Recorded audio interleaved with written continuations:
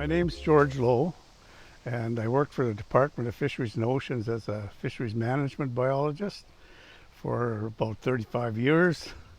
And I went on to work with the Decho First Nations and the Acacho First Nations for another 10 or 12 years. So now I'm retired. Mostly we manage people rather than fish.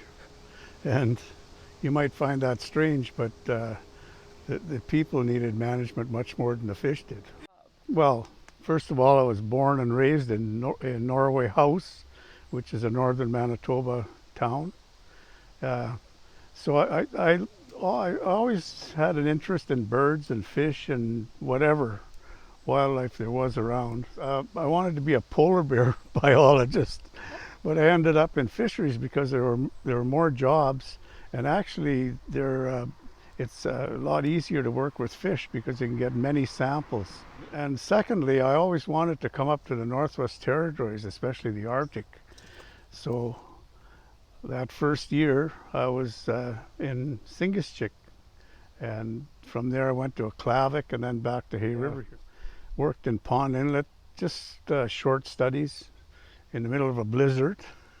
I won't tell you some of the stories that came out of that one.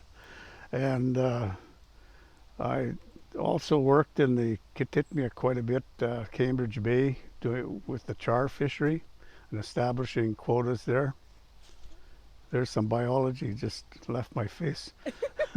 I think is a lot of opportunity for that right now, and not just in fisheries management, but also resource management. Yeah, I do. I've got one that was published a few years ago, and it's about the travels of A.P. Lowe, who was my great uncle and operated around in the 1800s.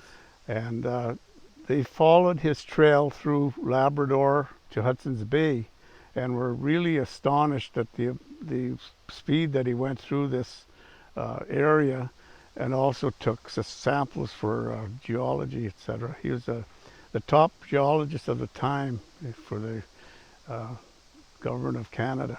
But that's a very interesting book. It's well worthwhile. Happy National Science Literacy Week. Yeah. Thank you. Okay, thanks so much.